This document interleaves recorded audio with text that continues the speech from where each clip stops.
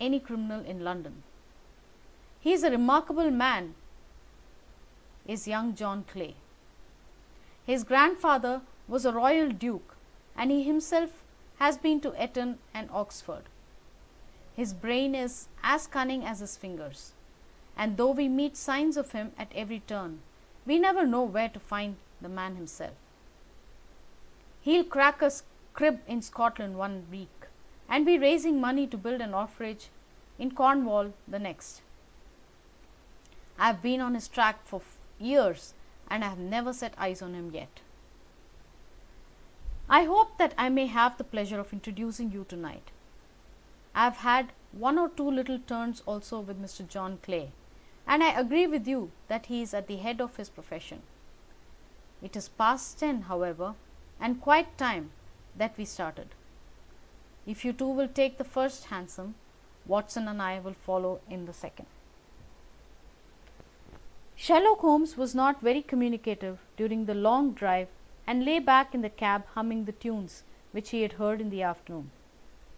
We rattled through an endless labyrinth of gas-lit streets until we emerged into Farrington Street. "We are close there now," my friend remarked.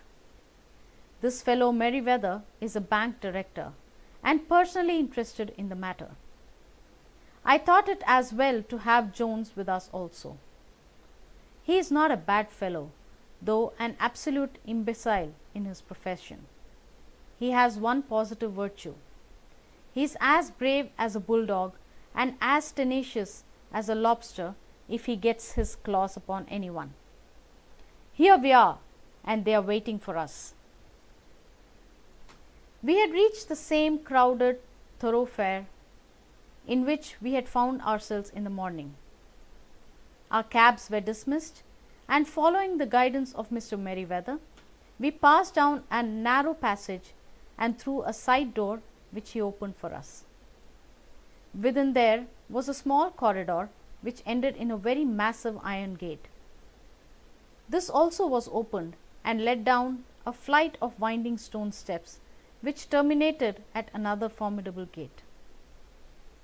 Mr. Merryweather stopped to light a lantern and then conducted us down a dark, earth-smelling passage, and so, after opening a third door, into a huge vault or cellar, which was piled all round with crates and massive boxes. "You are not very vulnerable from above," Holmes remarked as he held up the lantern and gazed about him.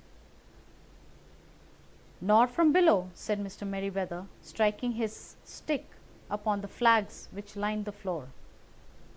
"Why, dear me, it sounds quite hollow," he remarked, looking up in surprise. "I must really ask you to be a little more quiet," said Holmes severely. "You have already imperilled the whole success of our expedition. Might I beg that you would have the goodness to sit down upon one of those boxes and not to interfere?"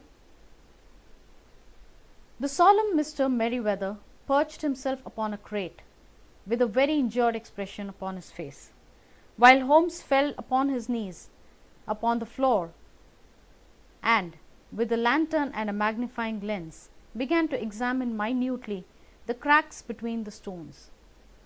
A few seconds sufficed to satisfy him, for he sprang up to his feet again and put his glass in his pocket.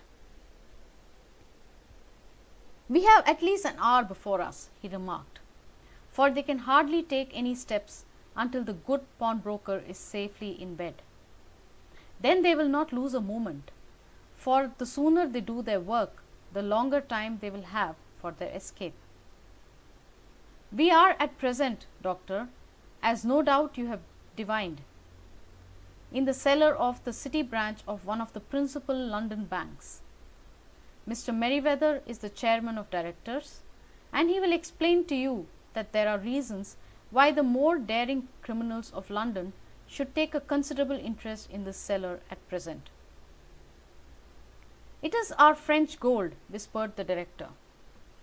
"We have had several warnings that an attempt might be made upon it."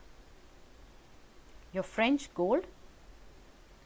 "Yes, we had occasion some months ago to strengthen our resources and borrowed for that purpose 30,000 Napoleons from the Bank of France. It has become known that we have never had occasion to unpack the money, and that it is still lying in our cellar. The crate upon which I sit contains 2,000 Napoleons, packed between layers of lead foil. Our reserve of bullions is much larger at present than is usually kept in a single branch office, and the directors have had misgivings upon the subject, which were very well justified, observed Holmes. And now it is time that we arranged our little plans. I expect that within an hour matters will come to a head. In the meantime, Mr. Merriweather, we must put the screen over the dark lantern. And sit in the dark? I am afraid so.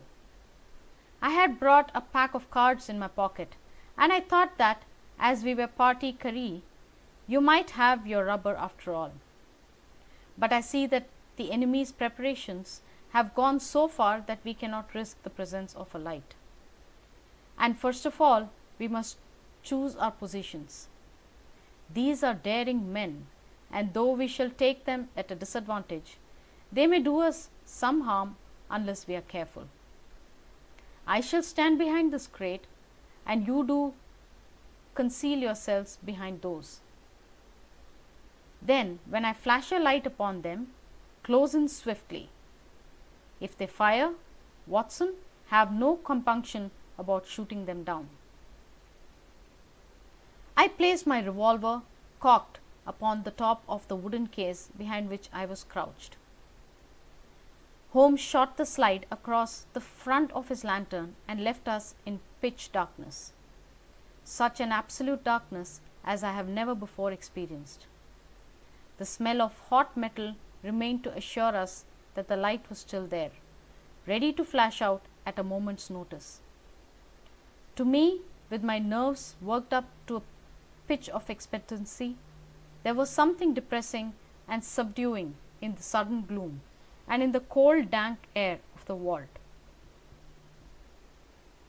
They have but one retreat, whispered Holmes. That is back through the house into Saxe-Coburg Square. I hope that you have done what I asked you, Jones. I have an inspector and 2 officers waiting at the front door. Then we have stopped all the holes, and now we must be silent and wait. What a time it seemed! From comparing notes afterwards, it was but an hour and a quarter, yet it appeared to me that the night must have almost gone and the dawn be breaking upon us. My limbs were weary and stiff, for I feared to change my position, yet my nerves were worked up to the highest pitch of tension, and my hearing was so acute that I could not only hear the gentle breathing of my companions, but I could distinguish the deeper, heavier in-breath of the bulky Jones from the thin, sighing note of the bank director. From my position, I could look over the case in the direction of the floor. Suddenly my eyes caught the glint of a light. At first, it was but a lurid spark upon the stone pavement. Then it lengthened out until it became a yellow line, and then, without any warning or sound, a gash seemed to open, and a hand appeared, a white, almost womanly hand, which felt about in the center of the little area of light. For a minute or more, the hand, with its writhing fingers, protruded out of the floor. Then it was withdrawn as suddenly as it appeared, and all was dark again, save the single lurid spark which marked a chink between the stones. Its disappearance, however, was but momentary. With a rending, tearing sound, one of the board's white stones turned over upon its side and left a square, gaping hole, through which streamed the light of a lantern.